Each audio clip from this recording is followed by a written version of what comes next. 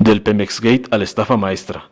El Pemex Gate y la estafa maestra son operaciones hermanas, robar fondos públicos para invertir en la compra de votos. Recordemos unas historias.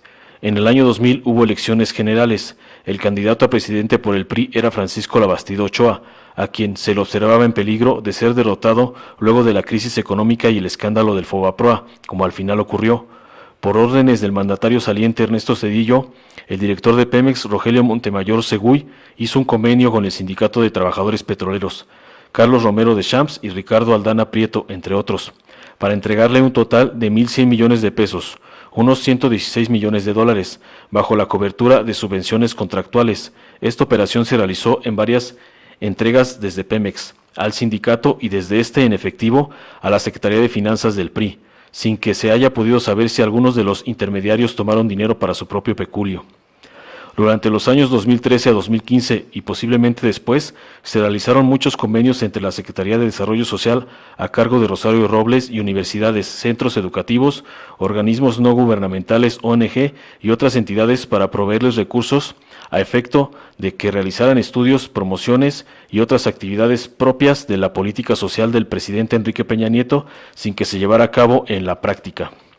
El objetivo era desviar miles de millones de pesos de dinero público hacia campañas electorales del PRI, pasando a través de coberturas sociales cuyos operadores se llevaban una comisión adecuada, personas de toda confianza del grupo gobernante y del partido oficial. Desde el año 2000 ya era más difícil financiar desde el gobierno las campañas electorales, aunque eso se hacía en diversas escalas, en especial en el ámbito local. Lo mismo podía decirse hacia los años 2013 a 2018. Para el PRI, el tema consistía en aplicar cuantiosos recursos públicos sin declarar ingresos y mucho menos gastos electorales. El propósito era la compra directa del voto ciudadano. Ese mecanismo se tenía que hacer con dinero en efectivo para evitar escándalos como el de las tarjetas Monex y Bancomer.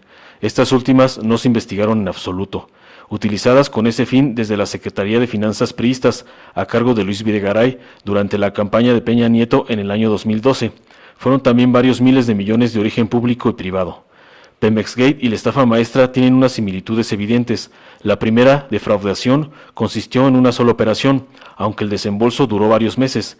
La remesa inicial fue utilizada por Francisco Labastida en la precampaña interna, la última cobrada en efectivo en una sucursal bancaria y transportada en una camioneta blindada propiedad del candidato a presidente. Llegó unas semanas antes de las elecciones. La segunda defraudación, la estafa, duró varios años porque se ideó para financiar sucesivas campañas electorales locales. No hubo desafueros ni juicios penales o políticos en ninguno de estos dos fraudes electorales hasta ahora. Por el Pemex Gate, el IFE impuso una multa por 1.000 millones al Partido Revolucionario Institucional, confirmada en el Tribunal Electoral con la mínima diferencia de votos, pero solo por 500 millones, cuyo traslado en efectivo en las oficinas del PRI había sido acreditado por la PGR con testigos del banco y del partido.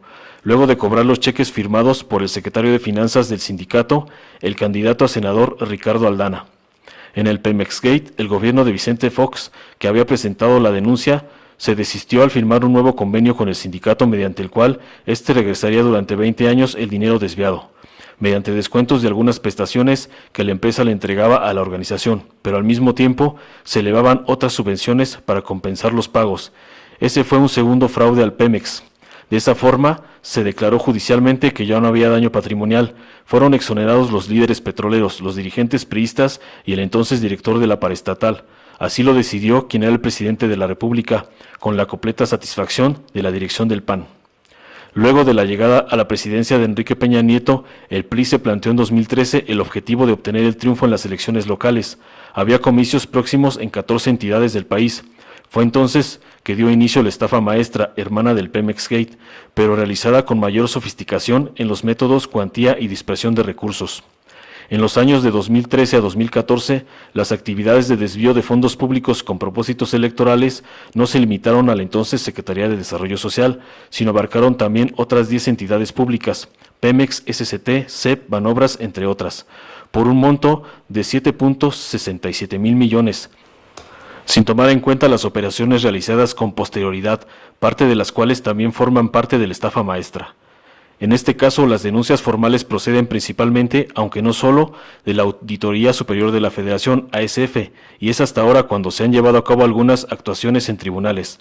La PGR era absolutamente incapaz de investigar algo que tuviera que ver con las ilegales operaciones electorales del presidente de la República y sus colaboradores. Por su parte, las autoridades electorales no han actuado, a pesar de los informes de fiscalización y denuncias penales interpuestas por la ASF, con las cuales se podría configurar el desvío de miles de millones de pesos de origen público hacia el PRI. Existe una lista de 128 empresas usadas por las entidades que recibían los fondos públicos para simular actividades, desempeños y gastos. En efecto, las 8 universidades implicadas y otros entes contrataban a estas empresas, las cuales entregaban el dinero al partido oficial o a los candidatos priistas. El entonces Auditor Superior de la Federación, Juan Manuel Portal, definió alguna vez este mecanismo como un fraude millonario. Toda la historia de la estafa maestra debe ser contada en sede judicial, pero también corresponde al Congreso fincar las responsabilidades de carácter político, tal como se lo mandata la Constitución. Los procesos y juicios que se llegarán a abrir no tendrían que analizarse como venganzas. Hace años que en los juzgados y en las cámaras debieron incoarse los procedimientos legales. No se podía. La situación política es ahora otra. Sí se puede. Informó Mr. Político. Nos vemos el siguiente video.